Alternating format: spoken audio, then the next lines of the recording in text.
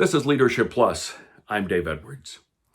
I always tell my managers, and maybe you've heard me say it too, because I say it a lot, we get paid for the bad times. We don't get paid for when everything's going well and it's fun to do our job. But when challenges hit, when trauma occurs, well, that's when we really earn our money. Imagine, for example, how a superintendent feels when their school is affected by a school shooting where a sniper comes into the building and kills people, kills children. Imagine how the superintendent of schools in Broward County must have felt when a former student began shooting up one of their schools. This is how Education Week described the challenges that the superintendent, Robert Runcie, faced. There's no real way to prepare for having 14 children and 3 employees killed on your watch, or for finding yourself on the receiving end of the grief and anger that result, or for handling the avalanche of problems that suddenly fall into your lap. You can practice all you want. The reality becomes very different. It absorbs you and takes over your life. There are so many examples of where confidence in a leader is lost during a time of crisis. Former New Jersey Governor Chris Christie faced criticism when he and his family vacationed at Disney World while his state faced a massive snowstorm. And if that wasn't bad enough, his lieutenant governor was on vacation as well. Compare that to how the president and CEO of TJX Company handled the 9/11 crisis. 7 of his employees died when their plane crashed into the World Trade Center. He immediately gathered his staff, confirmed the names of the deceased, and brought in grief counselors. But that wasn't all. He chartered planes to bring in family members of staff who were not in New York City, and he brought them to New York at the company's expense. And before they even got to the company's headquarters, the CEO met those planes at the airport and assured them that he was there to help them in this time of grief. When a major crisis hits, leaders create an environment where that crisis can be dealt with effectively. This could include bringing professionals in to work with the staff or just gather employees together to let them vent and let them handle their emotions in whatever way they want. Compare the story I just told you about that CEO to another story that I heard that right after the 9/11 catastrophe, a CEO of a company in New York just continued on with a staff meeting as if nothing had ever happened. And then he got angry when employees were checking their phones for the latest updates.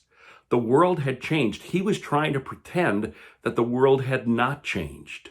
During times of trauma, leaders are visible, and they're not afraid of showing their emotions. Sometimes you don't need to say a word. Think back to those pictures of after a school shooting, President Obama meeting with the families. You didn't have to hear what he was saying to the families. You just saw him hugging the family members. Somebody said that he was the first comforter in chief. In times of trauma, ask yourself what your organization can do, but also what you can do.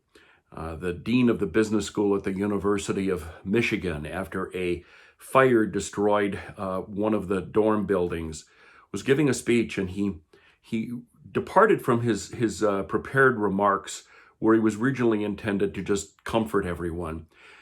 He broke from his remarks to say that he would personally guarantee that the students would be taken care of, that they would find appropriate housing for them. And then he did another amazing thing. He took out his own checkbook and wrote a check to help students deal with their extraordinary expenses.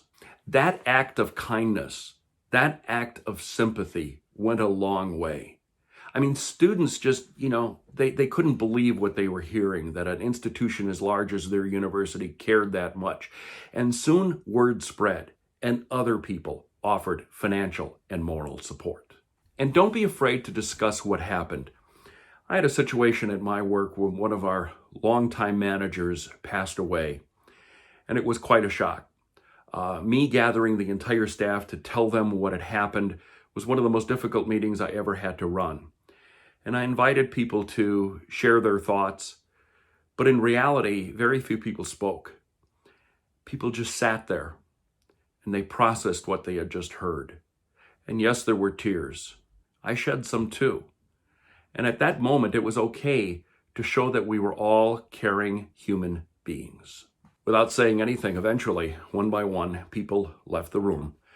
And I told people they could take the rest of the day off if they needed time to think or to grieve.